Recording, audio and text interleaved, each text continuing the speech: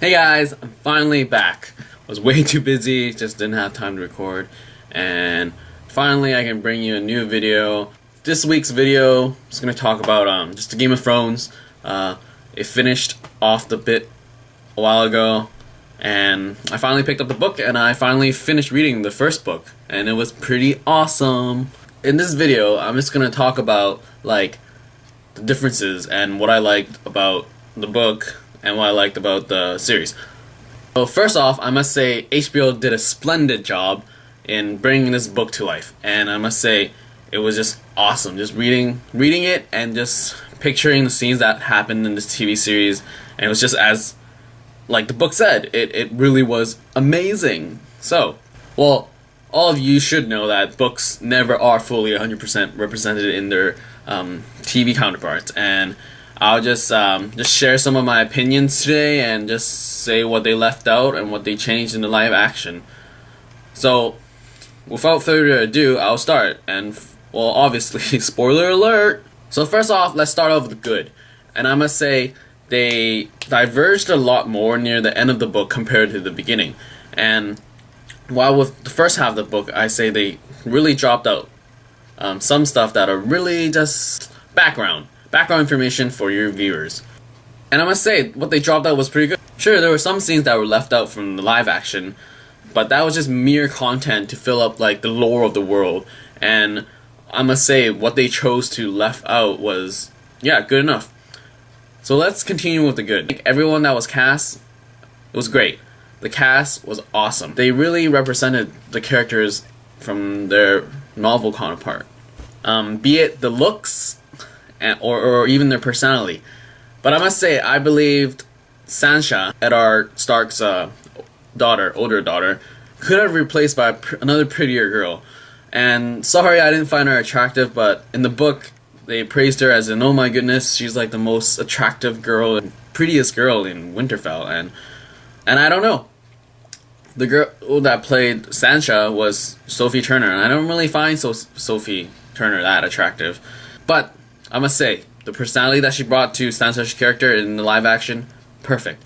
She was such in love with Joffrey, and she was just so blind with her love, and she didn't really care about her own family. It was just me. And I find that really good that she brought it up, and that's pretty much how Sansa in the novel was like too. That's one of the things that I liked about the live action and the novel, because like the people that you really are set up to dislike and hate or just like don't know what they're doing, the actors and actresses really gave that off that vibe, as in like, yes, you're really not supposed to like this person. So yeah, well, let's go on with people you're not supposed to like. So we have Cersei, I'm butchering pronouncing, Joffrey, played by Lena Headey and Jack Gleeson respectively, are a pain in the behind because they're just, oh my goodness, just really unlikable because they're just so evil and just they don't care about the world. And the way that they play the characters really justified the great dislikement I have for the both of them. Lena Headey was the wife in 300, and I must say I did not like her. She was great in that one. Like, I really liked the role in 300, and she was really the supportive wife that she was for the dudes.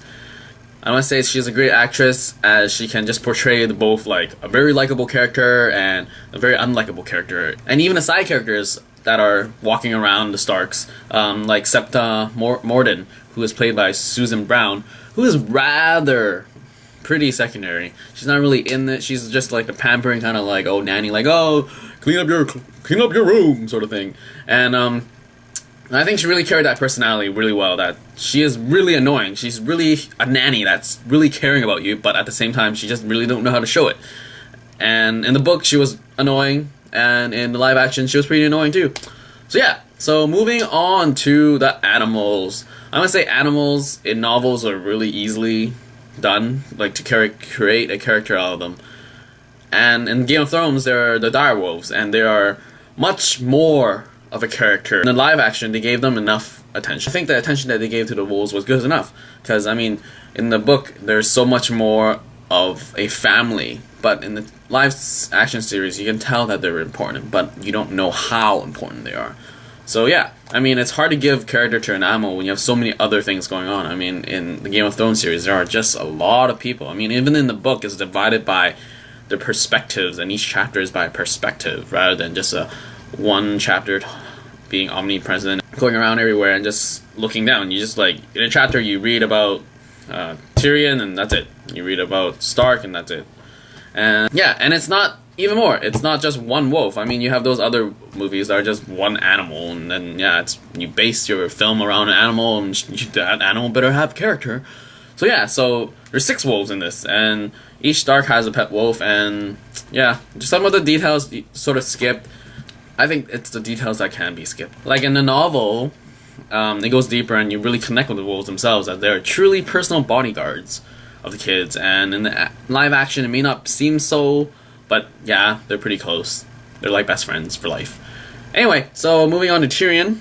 He is a dwarf, and a dwarf in real life.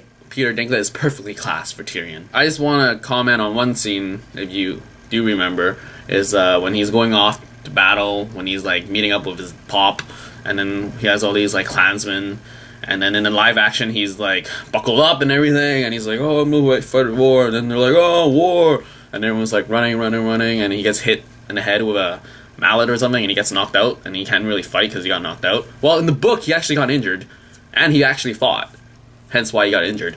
And I must say props to HBO for choosing the knockout scene instead, because I think Tyrion is no dwarf from your Lord of the Rings series, sort of like, oh, he's not like bulked up, like he's just like a scrawny guy, and then to have him on the horseback and fight at the same time, that's pretty hard to pull off and to make it realistic. But I must say, the fact that he got knocked out and he didn't participate really paints him as a timid dwarf, and I don't really think that really, I think that really clashes with his actual character from the book, because he actually is pretty crazy.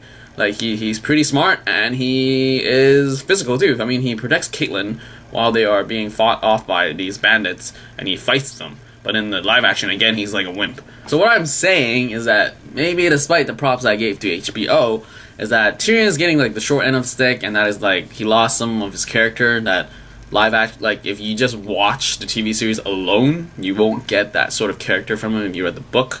And I think another character that sort of like, where you miss out on if you don't read the book, is Drogo, who was played by Jason Momoa, who is going to be in the upcoming Conan, and I think he is perfectly cast both for Drogo and Conan. I mean, Conan, check out the trailers, it was pretty epic. The personality that Jason brings in the Drogo character is that what he did is just awesome. It's as if the Drogo from the pages came to life. So however, I must say that I was upset, just like Tyrion, because you sort of get this character, fluctuation, as in it's not consistent with the book as the live action.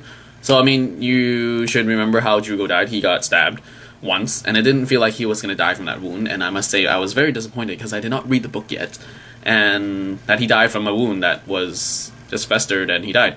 But in the book, actually, he was fighting, like he got injured like dramatically. He was gonna die if he didn't get treated. So for me, the live action scene was just like, whoa, he got and then he dies. While they're in the book, he got like an arrow stuck in his forearm, and he got like lashes on his chest. I would say that was a lot more meaningful for him to die in the novel from all his wounds rather than from a little prick. Again, I guess this is what you would miss out if you have not read the book.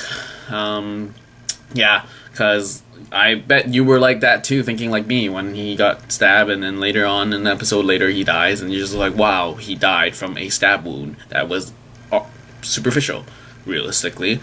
And I must say, I was upset when he died, because like it was just like, whoa. But that, even though they brought a good fight scene for that little prick that he got, I was gonna root for him for the rest of the series, because little did I know that he would die from this awesome scene.